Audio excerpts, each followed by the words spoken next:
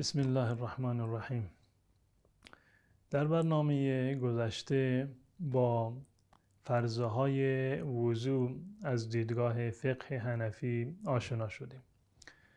در این برنامه میپردازیم به سنت‌های وضو، مواردی که در هنگام وضو گرفتن جزو سنت‌ها هستند، جزو فرایض نیستند. و وقتی که ما میگیم که سنت هستند، به این معنی که اگر کسی این موارد را ترک کرد باز هم وضویش صحیح است، وضویش باطل نیست، بلکه وضویش کاملا صحیح است.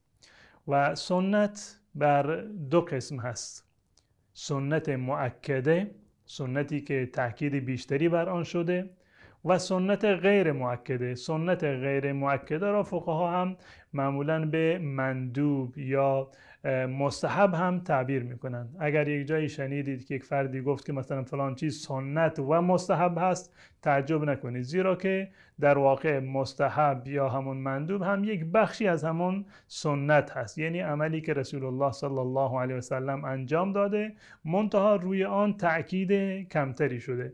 وقتی که ما میگیم سنت مؤکده، یعنی اون سنت و عملی که رسول الله صلی الله علیه وسلم انجام دادن تأکید بیشتری بر آن در واقع شده باشه یا دلیلش قوی تر هست. مواردی که در فقه حنفی جزو سنت های وضو شمرده شدن تقریبا حدود 15 مورد هست که من اینها را به صورت فشرده خدمت شما عرض می کنم. مورد اول نیت هست که در مذهب حنفی جزو سنت ها، یا بعضی از علما گفتند که مستحب و مندوب هست، اما در مذاهب دیگر این رو جزو شرایط وضو قرار دادن.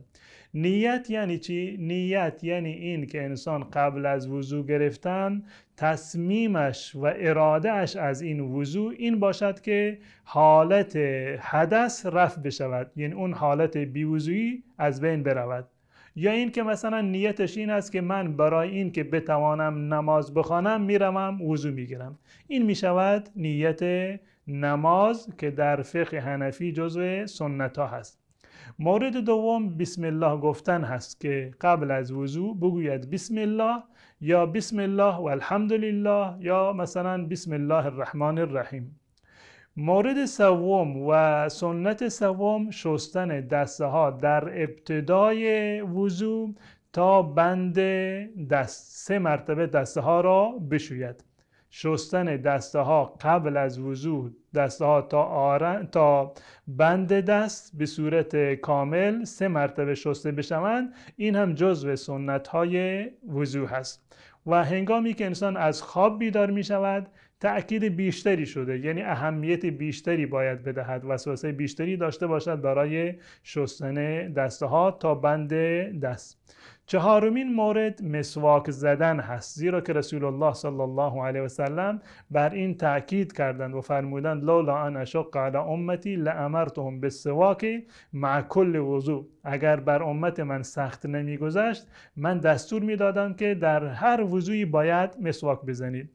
الان اگر انسان مسواک همراهش نبود، همین که با انگشت اشاره خودش دندانه های خودش را یعنی بشوید، همین اندازه کفایت میکند و این سنت در واقع ادا شده. مورد پنجم مزمزه هست. مزمزه یعنی این که آب را بگیریم و در داخل دهان قرار بدهیم و بگردانیم، گرداندن آب در دهان که تمام قسمت های بدن باید شسته بشود. این که میگم باید یعنی جزء موارد سنت هست، نه به این معنی که جزء فرایض هست. سنت ششم استنشاق هست همراه با استنثار. استنشاق یعنی بالا کشیدن آب. در وقتی که آب را مثلا در بینی قرار می دهیم، با نفس یک مقدار آب را بکشیم. این آب تا چه قسمتی از بینی برود؟ آیا لازم هست که آب مثلا به قسمت سر برسد یا به قسمتی برسد که انسان احساس سوزش بکند؟ نه، چنین چیزی لازم نیست، بلکه شستن بینی تا قسمت نرمه بینی، تا قسمتی که نرم هست، نه قسمتی که استخوان دارد و بالای بینی.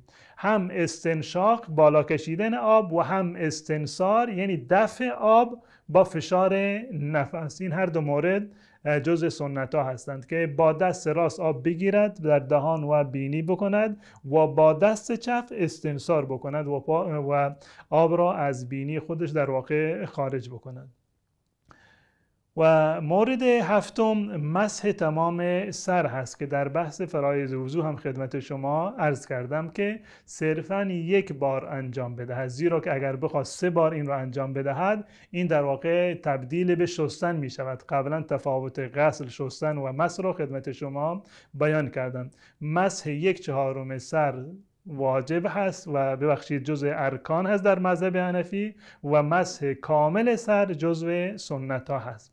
و همچنین مسح 2 گوش، مسح کردن گوشه ها، هم داخل گوش، قسمت داخل و هم قسمت بیرونش که به این قسمت به این کیفیت مسح می شود. یعنی این انگشت اشاره در قسمت داخلی گوش باید گردانده بشود و این انگشت ابهام از پشت گوش به صورت از قسمت پایین به قسمت بالا در واقع کشیده بشود. این کیفیت مسح گوش هست.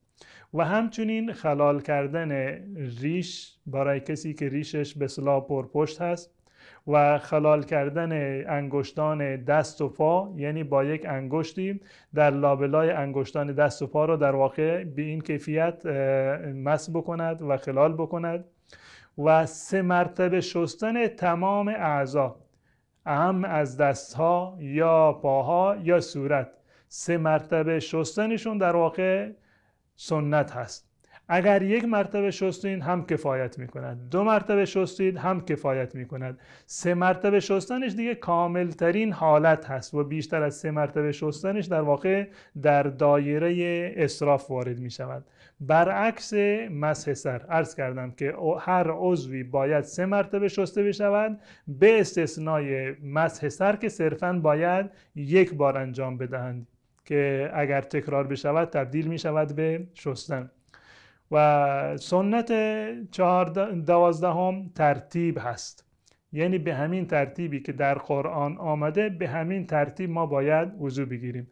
در قرآن ترتیبش چی هست؟ الله متعال می‌فرماید ابتدا چهره خودتان را بشویید، بعد از آن دسته های خود را بشویید، بعد از آن سر را مسح بکنید و در آخر پاهای خودتان را بشویید. این ترتیب هم در مذهب حنفی در واقع جزء مواردی هست که سنت هست و جزء ارکان این رو قرار ندادن.